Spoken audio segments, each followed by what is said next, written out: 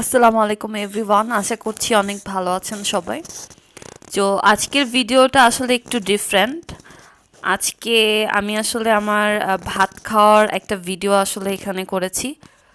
তো আমি অফিস শেষ করার শেষে যখন আম্মুর বাসায় যাই, তখন আমার আম্মা আসলে অনেক আগ্রহ নিয়ে আমার জন্য থাকে যে আমি আসবো, ভাত খাবো। অনেক প্রকারের তরকারি থাকে, তো বিভিন্ন প্রকারের তরকারি দিয়ে আসলে ভাত খাওয়া হয়। আসলে এটার মতো তৃপ্তি আর কিছুই হয় না যে আম্মা পাশে বসে আছে আর আমি ভাত খাচ্ছি।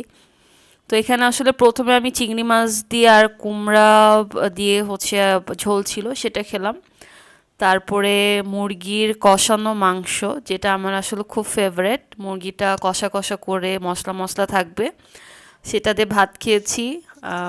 তারপরে আরও অনেক আইটেম ছিল যেটা আমি একটা একটা করে আসলে ট্রাই করতেছিলাম।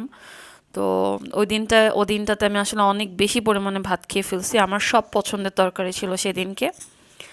শুধু এইটাই না, আমার পছন্দের সব থেকে ফেভারিট আরেকটা তরকারি যেটা ছিল ভুড়ি, ভুড়ি ভুনা। তো সেটা আসলে আগের দিন রান্না করা হয়েছিল, বাট আমার জন্য আসলে রেখে দেওয়া হয়েছিল, তো ওটা আসলে টেস্ট করলাম। আর আমার সব থেকে আরেকটা ফেভারিট খাবার সেটা হচ্ছে ডাল।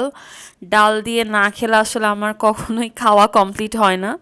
তো ডাল দিয়ে খেলাম। আর শুধু যে ডাল ছিল সেটাই না, ডালের সাথে আমি নিয়েছিলাম কলা ভাজি ছিল। কলা ভাজিটা একসাথে মেখে তারপর আমি খেয়েছি।